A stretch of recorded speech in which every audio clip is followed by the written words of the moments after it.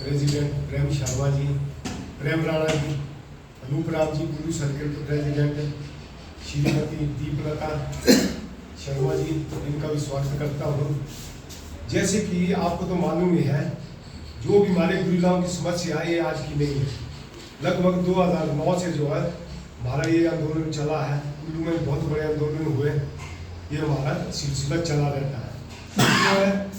कई बार हमने सरकार के पास अपनी मांगे रखी, कभी तो हमें ऐसा लगे कि हम सब कुछ मिल रहा है, लेकिन फिर भी नहीं मिला। उसके बाद जो हमारे कोर्ट केसेस हुए, तो सबसे पहले इसके बारे में तो थोड़ा बाद में आपको थोड़ा संक्षेप में बताऊंगा। सबसे पहले जब ये एसएसबी की बात उठी है, एसएसबी के स्वयं सेवियों की बात उठी है, इसके जो थोड़ा सा एक इतिहास में जाना चाहते हैं, तो मैं बिल्कुल एक संक्षेप में थोड़ा सा एक बताना चाहता हूँ आपको। जब 1962 की लड़ाई हुई तो हमारी सेना को जो मुंह दिखानी पड़ी, क्योंकि हमारी सेना की तैयारी नहीं थी।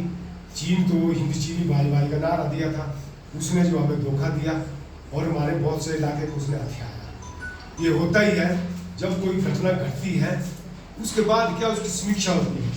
जब इसकी समीक्षा के लिए एक जो वहाँ पर एक बैठक बुलाई गई, उस वक्त प्रधानमंत्री श्री पंडित जवाहरलाल नेहरू जी थे। उन्होंने क्या किया, उस वक्त के इंटेलिजेंस ब्यूरो आईबी के चीफ जो थे वो बीएन मलिक थे, और उड़ीसा के पूर्व मुख्यमंत्री श्री बिजू पटनायक जी थे। उन दो को उन्होंने जिम्मेवारी सौंपी कि आप जो है एक ऐसी ड्राफ्ट स्कीम बना के लाओ भाई, जो बॉर्डर इलाके के लोग हैं उनमें देशभक्ति की भावना हो। क्योंकि जब लड़ाई हुई थी चीन के साथ, तो चीन का एक मैं आपको बताना चाहता हूँ, एक प्रोपेगेंडा करता हूँ, सबसे बड़ा तथ्य है। वो क्या करता है, ट्राइब के लोगों को भड़काता है, भाई हमारी तुम्हारी शक्ल एक जैसी मिलती है, हम तो भाई भाई है। इसी तरह उन्होंने उस वक्त भड़काया।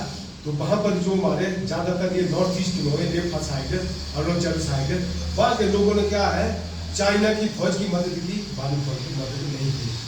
फिर जो उन्होंने एक ड्राफ्ट स्कीम तैयार करने के लिए कहा, तो 1962 में इसके ऊपर काम चला, और 1963 नवंबर में जो ये ड्राफ्ट स्कीम बनकर जो उन्होंने प्रधानमंत्री के टेबल पर रखी, और पंडित जवाहरलाल नेहरू जी ने इसको मंजूरी दे दी।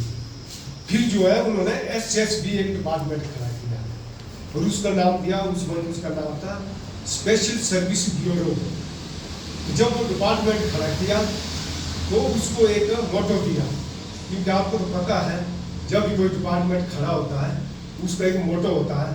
जैसे हॉर्टिकल्चर डिपार्टमेंट होता है, वो बागवानों के पास जाएगा, जब वो बागवानी में कोई प्रोटेक्शन होगी, वही उनका मोटो उसको बढ़ाना। इसीलिए एसएसबी वाले क्या सबसे पहले गाँव में गए, बॉर्डर इलाके में, जो 17 बॉर्डर थे हमारे, जो नॉर्थ ईस्ट से लेकर वहाँ पर गए।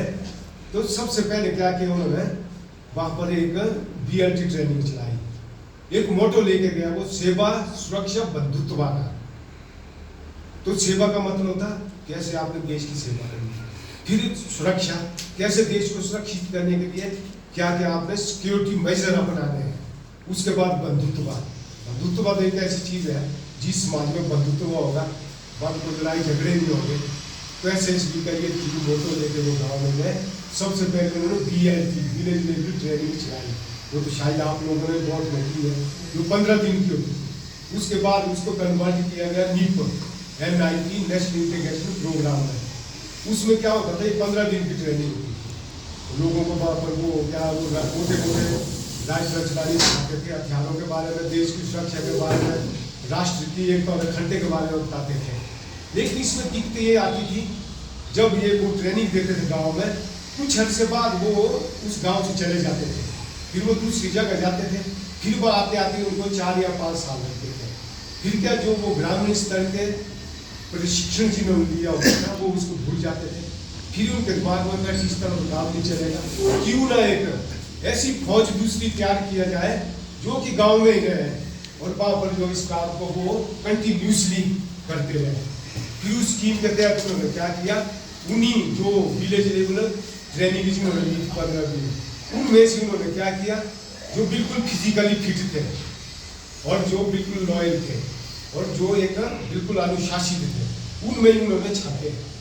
जो कि हमारे सामने बैठे हैं, ये उस वक्त यंग थे, बिल्कुल इनका बाकायदा मेडिकल हुआ है, इनको इन्होंने छांटा और इनको क्या एक स्पेशल ट्रेनिंग दी। हर एक जगह ये ट्रेनिंग सेंटर दी गया, याद हमारा सराहना में था। तो जिन्होंने ये ट्रेनिंग की इनको एक नाम दिया गया ITVs, मतलब इंटेंसिव ट्रेंड वॉलंटियर्स, गहन प्रशिक्षित स्वयंसेवी। इनको तो ट्रेनिंग दी, फिर इनको लगा अब भाई पुरुषों को तो दी, महिलाओं का भी इसमें योगदान होना चाहिए। फिर इन्होंने क्या किया, हिमाचल प्रदेश में जो कुमार सेन में फिर जो सुनती में आजकल वहाँ पर ट्रेनिंग सेंटर निकाला है, उसको नाम दिया Whats, WATS, women advance training school के वॉलंटियर, उस नाम से इनको जाना जाता है। अब यह सवाल उठता है ITVS, क्योंकि हम तो आप इनको जानते वॉलंटियर के नाम से, तब इनको जो है ज़्यादा फैसिलिटी दिया जाता है। यार वॉलंटियर हर कोई होता है जो सामाजिक, आर्थिक, धार्मिक क्षेत्र में कार्य करे स्वेच्छा से, दैट्स मीन्स वॉलंटियर।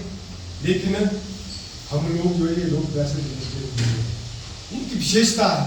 अब वो सबसे पहले आता हूँ इनकी क्या विशेषता है।